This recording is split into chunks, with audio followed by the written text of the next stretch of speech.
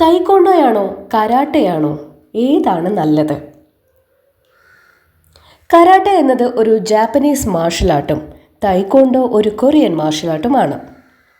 ഇതിൽ ഏതാണ് നല്ലതെന്ന് നോക്കുന്നതിന് മുന്നേ തന്നെ ഇവ രണ്ടിനെയും കുറിച്ച് നമുക്കൊന്ന് താരതമ്യം ചെയ്യാം.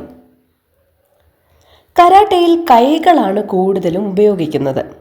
കിക്കുകൾ കേവലം ബാക്കപ്പുകളായി മാത്രമാണ് ഉപയോഗിക്കുന്നത്. എന്നാൽ തൈക്കോണ്ടോയിൽ കാലുകൾക്കാണ് മുൻഗണന. ഇവിടെ കൈ ഉപയോഗിക്കുന്നത് ബാക്കപ്പായി മാത്രമാണ്. കരാട്ടയുടെ ഉദ്ഭവം 500 വർഷങ്ങൾക്ക് മുന്നെയാണ്.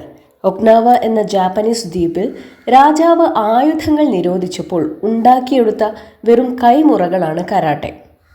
തൈക്കോണ്ടോ പക്ഷേ മുഴുവൻ ശരീരവും ഫൈറ്റിന് ഉപയോഗിക്കുന്നുണ്ട്. 1900-ൽ ജപ്പാൻ കൊറിയ പിടിച്ചെടുക്കുകയും തൈക്കോണ്ടോ നിരോധിക്കുകയും ചെയ്തു.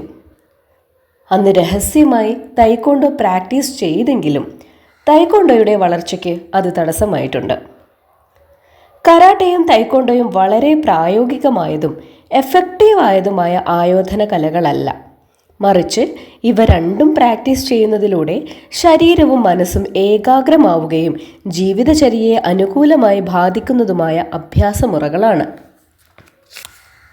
കരാട്ടയിലെ നിയമങ്ങൾ കൂടുതൽ കോംപ്ലിക്കേറ്റഡ് ആണ്.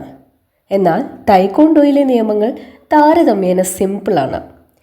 പ്രതിയോഗിയുമായി അടുത്തുള്ളൊരു പോരാട്ടത്തിൻ്റെ സമയത്ത് കരാട്ടെ ഫലപ്രദമാണ്. കാരണം കരാട്ടെ കൈകളാണ് കൂടുതലും ഉപയോഗിക്കുന്നത്. എന്നാൽ തൈക്കോണ്ടോ ഫൈറ്റ് ടെക്നിക്കും ശൈലിയും കൊണ്ട് കുറച്ചും കൂടി വൈവിധ്യമാർന്ന ഒന്നാണ്.